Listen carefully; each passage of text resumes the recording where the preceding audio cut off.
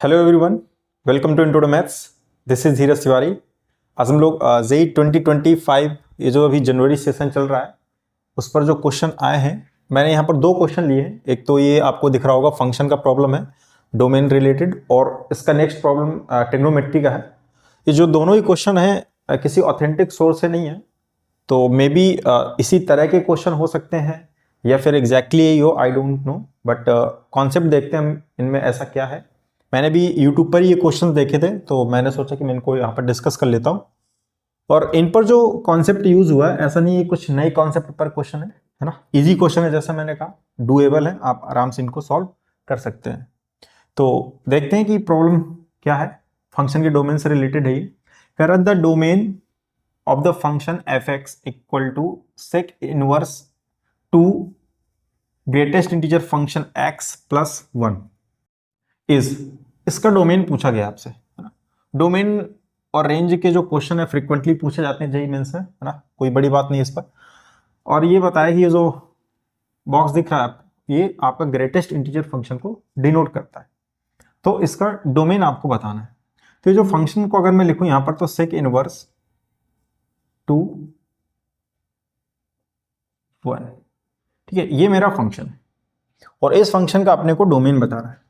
तो जब भी इस तरह की प्रॉब्लम्स आती हैं तो आपको ये जो मेन फंक्शन आपको दे रखा है सेक इनवर्स, इसको दिमाग में रखना है। अच्छा, सेक इनवर्स का अगर मैं देखूं, सेक इनवर्स एक्स का जो डोमेन होता है वो क्या होता है? डोमेन 1 से ग्रेटर देन होता है, ग्रेटर देन 1 होता है, और लेस देन और इक्वल टू -1 होता है। ये होता है ना। इन दोनों का अगर आप यूनियन ले लें, यानी कि x बिलोंग्स टू यहां से आपका -∞ से -1 क्लोज इंटरवल, और यहां से यूनियन आपका 1 से इन्फिनिटी।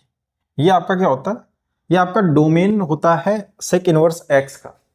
तो इस तरह की प्रॉब्लम्स को हम लोग इसी की मदद से सॉल्व करते हैं, कुछ अलग नहीं करने जाते। यहाँ पर अगर आप ध्यान से देखें तो यहाँ पर जो पोर्शन मिसिंग होता है वो कौन सा? आपका ओपन इंटरवल -1 से 1, यानी कि ओपन इंटरवल और 1 के बीच की जो वैल्यू है वो कोई भी इसमें आने वाली नहीं है डोमेन के तौर पर। मतलब आपका x इनसे बिलोंग नहीं करेगा। ये डोमेन की बात है, हम सेक इनवर्स x के डोमेन की बात कर रहे हैं, क्योंकि यहाँ पर सेक इनवर्स ही अपने को दे रखा है, तो हम लोग उसी को डिस्कस यहाँ पर कर रहे हैं। तो देखिए सिंपली यहाँ पर बोला गया है, ये ज़्यादा छोटा पड़ जाएगा करने से, x does not belongs to -1 to 1। तो अपन करते क्या है कि ये जो वैल्यू है ये किससे बिलोंग नहीं करेगी? To x + 1 does not belongs to -1 से ओपन इंटरवल 1, इनसे बिलोंग करने वाली है नहीं ये वैल्यू डोमेन की। अगर यहां से इसको मैं और सॉल्व करूं तो हो जाएगा 2, और ये डज नॉट बिलोंग्स टू, ये आपका उस साइड जाएगा तो हो जाएगा -2 एंड दिस इज 0, ठीक है, -2 और 0 आ गया यहाँ पर। इसके बाद फिर ये उस साइड जाएगा, 2 भी उस साइड चला जाएगा, तो आपको हो जाएगा -1 से 0। अब आपको इतना तो पता चल ही रहा होगा यहाँ से, ये जो GIF है आपका ग्रेटेस्ट इंटीजर फंक्शन हमेशा कैसी वैल्यू देता है? इंटीजर वैल्यू देता है। अब यहाँ पर कोई x ऐसा आप पुट करो जो आपको -1 और 0 के बीच का इंटीजर ना दे। पहली बात तो अगर आप ध्यान से देखें यहाँ पर, तो -1 0 1 और यहाँ -2 और ये आपका 2। अगर आप ध्यान से देखें तो 0 और -1 के बीच में कोई भी इंटीजर आता है नहीं। तो मतलब यहाँ पर कहने का ये है कि अगर आप x की कोई भी वैल्यू रखें, कभी इसके बीच में 0 और -1 के बीच में इंटीजर लाई नहीं करवाएगा, क्योंकि आएगा ही नहीं, ठीक है, तो लाई करेगा ही नहीं यहाँ पर। तो यहाँ पर कहने का मतलब ये कि आप x कुछ भी रख सकते हैं, मतलब x पूरा का पूरा रियल नंबर यहाँ से आपका आ जाएगा। तो हमें चाहिए भी यही था। ये क्या इंप्लाइज कर रहा है? x belongs to real number, मतलब x बिलोंग्स टू कुछ -∞ से +∞, ठीक है। तो ये आपका क्या हो जाएगा? ये आपका रिक्वायर्ड आंसर हो जाएगा, x बिलोंग्स टू -∞, ठीक है। आई होप कि ये प्रॉब्लम आपको समझ में आई होगी। तो अपना जो नेक्स्ट प्रॉब्लम है वो ये है, जो ट्रिग्नोमेट्री बेस्ड प्रॉब्लम है। देखते हैं प्रॉब्लम क्या है। यहाँ पर कह रहा है evaluate summation r to 1 r = 1 to 13 and 1 sin π/4 plus r - 1 π/6, और ये होल डिनोमिनेटर यहाँ पर इंटू sin π/4 प्लस r π/6। इसकी वैल्यू बतानी है कि आपकी कितनी आएगी इसको सॉल्व करने पर। तो देखिए यहाँ पर इसको करने का तरीका तो ये है कि आप इसको इसकी आर की जो वैल्यू है 1/1 आप क्या करते रहें, रख रख करके पुट करके इसमें आप ऐड करते रहें। ठीक है, वो एक बहुत ही लेंदी मेथड हो जाएगा और टाइम कंज्यूमिंग हो जाएगा। जिसको नहीं पता वो ऐसा ट्राई कर सकता है। अदरवाइज यहाँ पर जो इसका कॉन्सेप्ट ये है कि जब भी आपको नीचे डिनोमिनेटर में साइन और साइन दोनों दिखते हैं इनटू में, या फिर कॉस और कॉस दोनों दिखते हैं, तो उस पर करने का तरीका ये है कि आप इन दोनों के जो डिफरेंस हैं, ये जो वैल्यू हैं, इनका डिफरेंस लीजिए और उन दोनों का साइन लेकर के ऊपर नीचे क्या करा दीजिए, मल्टीप्लाई करा दीजिए। ये अपना करने का एक बेसिक तरीका होता है। ठीक है, इसके पहले भी आप लोग इस तरह की प्रॉब्लम्स कर चुके होंगे। ठीक है, तो कॉन्सेप्ट अगर मिसिंग है तो वो ये है कि अगर इन दोनों के जो एंगल्स हैं इनका डिफरेंस लेकर के, उनका साइन लेकर के न्यूमरेटर और डिनोमिनेटर को हम लोग मल्टीप्लाई करा देते हैं। तो चलिए यहाँ पर मैं एक काम कर लेता हूँ, इनको मैं कुछ मान लेता हूँ। सपोज इसको मैंने x मान लिया और इसको मैंने y मान लिया। ठीक है, तो मैं यहाँ पर इन दोनों के वैल्यू का जो डिफरेंस है वो पहले निकाल के रख लेता हूँ ताकि इजीली मल्टीप्लाई करा सकूँ। तो यहाँ पर देखिए ये जो y है लिख लेते हैं यहाँ पर, कितना है π/4 प्लस r π/6, और जो x है वो कितना है अपना π/4 प्लस r-1 π/6। ठीक है, इसको मैं सब्ट्रैक्ट करता हूं तो कितना आ जाएगा इन दोनों का, अगर मैं डिफरेंस निकालूं y minus X, so that would be y minus X, तो π/4 plus r π/6 and minus π/4 and minus r-1 π/6। यहां से π/4 और π/4 आपका कैंसिल आउट हो जाएगा। यहाँ से अगर ये जो माइनस अंदर मल्टीप्लाई कराएंगे तो माइनस r π/6 यहाँ से भी आएगा, तो ये भी कैंसिल आउट हो जाएगा आपके। यहाँ से क्या बचेगा, माइनस माइनस प्लस 1 π/6, तो प्लस का π/6 यहाँ से आपका बचता हुआ नजर आ रहा है। इतनी बात क्लियर है यहाँ से। y माइनस एक्स अपना कितना आ गया, π/6 आ गया यहाँ पर। तो अब इसका क्या लेना है अपने को, साइन लेना है, यानी कि sine y minus x equal to हो जाएगा साइन π/6, और यानी कि ये तो 30 डिग्री है, दैट इज 1/2। तो साइन y माइनस एक्स की वैल्यू कितनी आ गई, 1/2 आ गई। तो मैं इस पोर्शन को पिक करता हूं यहां से। तो मैं एक काम करता हूं कि ये जो साइन x है इसको साइन x लिख लेता हूं इंटू साइन y कर लेता हूं।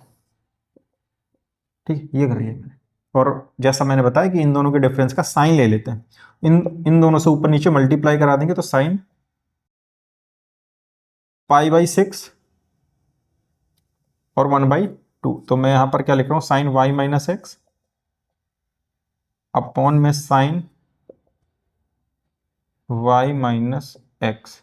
ठीक, इन दोनों का डिफरेंस लेकर के मैंने क्या करा दिया, मल्टीप्लाई करा दी यहां से, हाँ इक्वल होगा क्या यहां से, इसकी वैल्यू आप पुट कर लीजिए, ओपन कर लीजिए, यहां से कितना हो जाएगा, ये y माइनस एक्स हो जाएगा। y माइनस एक्स की वैल्यू अपनी π/6 आई थी एंड दैट इज 1/2, तो इसकी वैल्यू क्या हो जाएगी अपनी 1/2। तो 2 तो चला जाएगा आपका ऊपर, तो 2 चला गया ऊपर, और इधर जो बचा साइन y माइनस एक्स, इसको मैंने वैल्यू नहीं पुट की है यहाँ पर क्योंकि अभी मुझे इसको सॉल्व करना है। जो नीचे sine x into sine y है, इसी को सॉल्व करने के लिए हम लोगों ने इन दोनों के डिफरेंस को लेकर के ऊपर नीचे मल्टीप्लाई कराया था।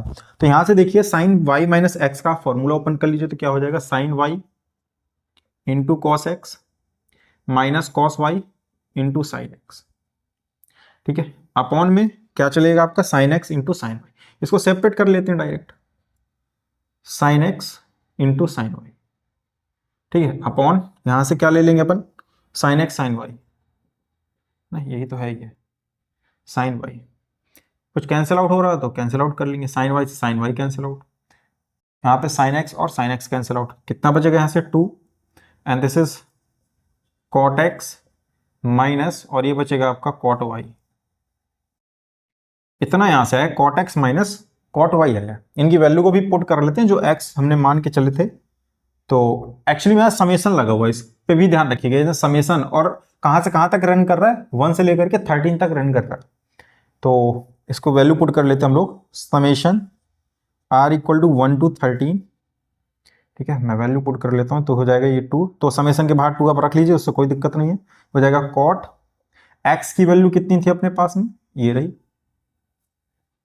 π/4 प्लस r-1 π/6, और माइनस का कॉट y, y कितना है अपने पास में, π/4 प्लस आर पाई बाई 6, इतना आ गया यहाँ से। ठीक है, अब इसमें क्या करेंगे, अब हम आर की वैल्यू को ओपन इसमें कर देंगे, तो यहाँ पर एक पैटर्न बनता हुआ दिखाई देगा। अभी भी आपको ये लग रहा हो कि सर आर की वैल्यू तो पुट ही कर रहे हैं, आप पहले ही कर लेते। पहले वैसा नहीं बनता, आप करके देखिएगा, पहले वैसा आपको नहीं दिखाई देगा, जो जितना इजीली यहाँ पर आपको सॉल्व होता नजर आएगा क्वेश्चन। तो यहाँ से मैं आर की वैल्यू इसमें पुट कर रहा हूँ, कितना आ जाएगा यहाँ से 2, और 2 को मैं बाहर ही रखता हूँ और इनकी मैं वैल्यू ओपन करता हूँ। तो यहाँ से जैसे ही आप 1 रखेंगे तो देखिए ये तो ये वाला पोर्शन तो 0 हो जाएगा, बचेगा cot pi by 4, correct, minus इसमें रखेंगे अपन तो बचेगा cot pi by 4 plus pi by 6। ठीक है, ये बचेगा। Next plus r equal to 2 put करेंगे तो ये तो कॉट पाई बाई 4, और इस पे रखेंगे तो ये 2 माइनस 1 यानी pi by 6 plus pi by 6 minus cot pi by 4 plus 2 pi by 6, correct. R equal to 3 रख लीजिए इसमें, तो कॉट पाई बाई 4, 3 रखेंगे तो कितना हो जाएगा 3 माइनस 1 यानी प्लस 2 पाई बाई 6। ठीक है, माइनस कॉट पाई बाई 4, और यहां से कितना हो जाएगा आपका प्लस 3 पाई बाई 6। ठीक है, ऐसे ही करते चले जाएंगे, आपको पूरी वैल्यू पुट नहीं करनी है। इसमें देखिए एक पैटर्न बनता नजर आएगा आपको। पैटर्न क्या है यहाँ पर कि अगर आप ध्यान से देखिए तो माइनस का cot pi by 4 plus pi by 6, तो cot pi by 4 plus pi by 6 ये कैंसिल आउट होता दिख रहा है। ठीक है, minus cot pi by 4 plus 2 pi by 6, ये मतलब जो वैल्यू आपने पुट करी है एट द एंड आपको मिल क्या रहा है। एक तो पहली वैल्यू आपकी सेफ है, ये कैंसिल आउट नहीं हो रही है, और जो लास्ट वैल्यू है ना, आर इक्वल टू आपने 3 रखा था तो उसका आपका एक पोर्शन ये बचा है। मतलब आप एट द एंड ये देखेंगे आपकी जो आर इक्वल टू 1 से लेकर के 13 तक की जो वैल्यू होंगी उनमें से ये लास्ट पहला और लास्ट वाला छोड़ देंगे। ठीक है, तो ये बीच की सारी वैल्यू आपकी क्या होती है, कैंसिल आउट होती नजर आ रही। तो मैं डायरेक्ट यहाँ पर लास्ट वाला ही आउटपुट लिख रहा हूँ। क्या आ जाएगा यहाँ पर, अगर मैं इसमें 13 रखता तो मेरे पास माइनस का देखिए कौन सा टर्म बचता, माइनस का मेरे पास बचता कॉट पाई बाई 4 प्लस का 13 पाई बाई 6। क्लियर इतनी बात। तो यहां से जो वैल्यू आ जाएगी अपनी 2 cot pi by 4 minus cot, इसको सॉल्व कर लेते हैं। यहां से इसको सॉल्व करेंगे तो कैसे करेंगे, यहां से मैं 12 का एलसीएम ले लेता हूं। ठीक है, 12 का एलसीएम अपन लेंगे तो कितना हो जाएगा, यहां से 4 3 जा 12, 3 पाई प्लस 2, तो 13 2 जा 6 26, 26 प्लस 3 29 पाई। ठीक है, कितना आ जाएगा यहां से 29 पाई आ जाएगा, equal to 2 cot pi by 4 की वैल्यू अपन जानते कितनी होती है 1, माइनस कॉट 29 पाई बाई 12 भी लिखा हुआ है। इसको अगर हम ब्रेक करें तो क्या लिख सकते हैं, 12 से डिवाइड करेंगे तो कितना आएगा 29 को 12 2 24, 5 रिमाइंडर बचेगा आपका। तो कॉट यह आ जाएगा 2 पाई प्लस 5 पाई बाई 12, और यहां से देखिए कॉट 2 पाई प्लस थीटा क्या होता है, cot theta simple, equal to 2 1 minus cot 5 pi by 12। ठीक है, इक्वल टू, इसको अगर आप ध्यान से देखें तो ये लिखा हुआ है 2 1 माइनस कॉट पाई की मतलब 180, 180 को 12 से डिवाइड करो कि कितना आएगा 180 अपॉन 12 15 आता है। ठीक है, तो यहां से हो जाएगा 15 5 तो 75, तो कॉट 75 डिग्री, और कॉट 75 की वैल्यू ये आपको वैसे ओरली याद होनी चाहिए, कॉट 75 10 75 और 10 15 ये वगैरह है ना, डायरेक्ट वैल्यू अगर याद है तो अच्छी बात है। तो कॉट 75 की वैल्यू जो 10 15 की वैल्यू होती है वही आपकी कॉट 75 की वैल्यू होती है। तो 10 15 की वैल्यू अपन जानते कितनी होती है, 10 15 अपना होता है 2 माइनस का रूट 3। ठीक है, तो वो वैल्यू यहां पर पुट कर लीजिए। तो देखिए इसका एट द एंड आंसर क्या आ जाएगा 2 1 माइनस 2 माइनस रूट 3 इस पर 2 तो प्लस रूट 3 हो जाएगा, करेक्ट। तो यहां से कितना आ जाएगा अपना, ये हो जाएगा माइनस का 1, तो 2 माइनस 1 प्लस रूट 3, तो आंसर आ जाएगा 2 रूट 3 एंड माइनस का 2। ये आपका क्या हो जाएगा, रिक्वायर्ड आंसर हो जाएगा ये वाला पोर्शन। ठीक है, तो एक ये प्रॉब्लम था ट्रिग्नोमेट्री का। बस इसमें मेन कॉन्सेप्ट यही यूज होना था कि आप यहाँ पर जो साइन साइन दिख रहे हैं, अगर कॉस कॉस होता तो हम क्या करते हैं, साइन के डिफरेंस से ऊपर नीचे क्या करा देते हैं, मल्टीप्लाई करा देते हैं, तो इजीली आपका एक प्रॉब्लम सॉल्व हो जाएगा। तो ये 2 प्रॉब्लम मैंने ली थी, है तो वैसे और भी प्रॉब्लम्स। मिलते हैं नेक्स्ट लेक्चर में नेक्स्ट क्वेश्चन के साथ, तब तक के लिए स्वस्थ रहिए, मस्त रहिए।